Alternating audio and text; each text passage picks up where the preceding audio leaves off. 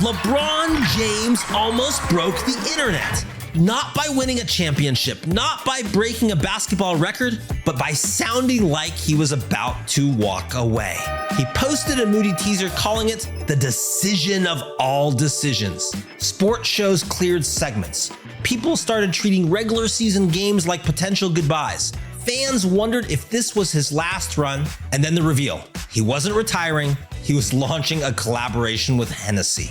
And it wasn't a farewell to basketball, it was an ad for cognac. People were furious. Marketers were impressed. Above all, everyone was talking. The campaign hijacked the emotional muscle memory of LeBron's prior trade announcement and every retirement speech we've ever seen, and then redirected all of that energy toward a bottle. LeBron didn't sell Hennessy by listing tasting notes.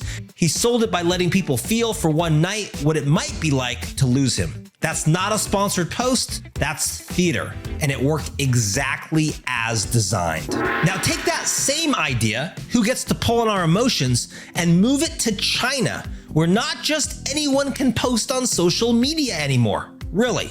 New Chinese rule: if you want to speak about topics like medicine, law, finance, or education, you actually need a degree or a professional license. So platforms like Weibo and Douyin now have to verify these credentials. If they don't, they can be fined. And campaigns have already been pulled mid-flight because influencers couldn't pass the paperwork check. So China just redrew the line between viral and verified. Up until now, credibility on social media has been based on audience size and authenticity, and China flipped the script. Audience or authenticity isn't enough. Now it has to be backed by something the state recognizes as real: a diploma, a license, a credential. Proponents say it's consumer protection. But in a country without free speech, it's hard to see this as anything other than, well, censorship. So what would that look like in the West? What if TikTok creators needed a law degree to talk about contracts? What if health coaches needed medical licenses? What if I did my research wasn't enough anymore? And in the end, who gets to choose what credential counts? Sometimes belief doesn't come from a degree. It comes from a weird, serendipitous place. In Seattle, a baseball broadcaster ate a bag of Cheetos during a game, and the Mariners won. He did it again the next night. They won again, then again. Suddenly, they were on a 10-game winning streak, and fans noticed. They turned it into a ritual. Cheetos became part of the Superstition, and the brand jumped on board. Instead of launching a polished national campaign, they leaned into the chaos. They flew their mascot, Chester Cheetah, to Seattle with an emergency case of snacks. They cut their first ever sports deal. They didn't script the story at all. They just showed up inside of it. No glossy anthem video, no $1 million media buy, just a superstition, a snack, and well, a team on fire. You can call it strategy, you can call it luck, but here's the real move. Cheetos didn't create that belief at all. Fans did. The brand didn't create the wave, but they were smart enough to ride it. This is marketing built on participation, not persuasion. The message wasn't eat Cheetos because we say so.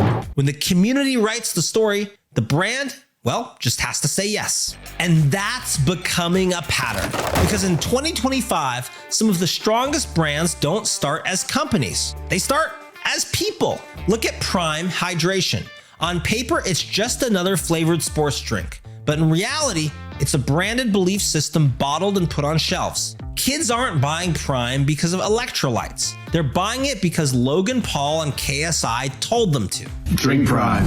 They're buying a connection to creators they watch every day. Creators who feel more real than any legacy beverage logo. And shelves they sell out. Parents drive across town. Some stores even put up 1 bottle per customer signs. Is it the formula? Maybe. But more than that, it's faith. And the same thing happened with Mr. Beast and Feastables. His fans didn't just buy the chocolate bars. They rearranged retail displays. They filmed themselves hunting for the product. They turned a candy bar into a mission. In both cases, belief in the brand didn't come from a tagline. It came from a relationship. And that's the inversion. Historically, brands hired celebrities. Now, celebrities are hiring brands using their personal brand equity. And companies, they're the supply chain behind someone else's trust. Which brings us to Stanley Tumblers. For decades, Stanley was a quiet, utilitarian brand, basically your grandpa's thermos. Then, a new design. The Quencher collided with TikTok, and suddenly you had lines outside Target, drops selling out in minutes, and grown adults truly sprinting through stores for limited edition colors. On the surface, it's a cup, just a cup. It holds water or juice or coffee just like any other cup. But that's not what people are buying. They're buying belonging. They're buying a piece of an aesthetic. They're buying the feeling that this one object says something about who they are, what they value, and where they fit. A Stanley on your desk is shorthand. It says, I saw the trend, I'm part of the moment. The product becomes a portable piece of identity. And once again, belief is doing the heavy lifting. People trust that owning the right object will nudge their life a little closer to the version they have in their mind. And that's not just branding, that's belief. So now we've got basketball superstars teasing retirement to sell cognac, governments regulating who gets to influence, snacks riding the superstition wave, creators turning followers into customers, and cups being treated like membership cards. It all feels a little surreal, because it is. The rules of who we trust, why we trust, and how that trust turns into power are being rewritten in real time. So the question for anyone building something today isn't just, how do I get attention? It's, what am I asking people to believe about me? And am I willing to be responsible for what happens when they do? Because in this new world, the strongest brands won't just be remembered for what they sold. They'll be remembered for what they taught us to believe. And that's your week in branding, marketing, and business news you might have missed. For Branded, I'm Ben Kaplan.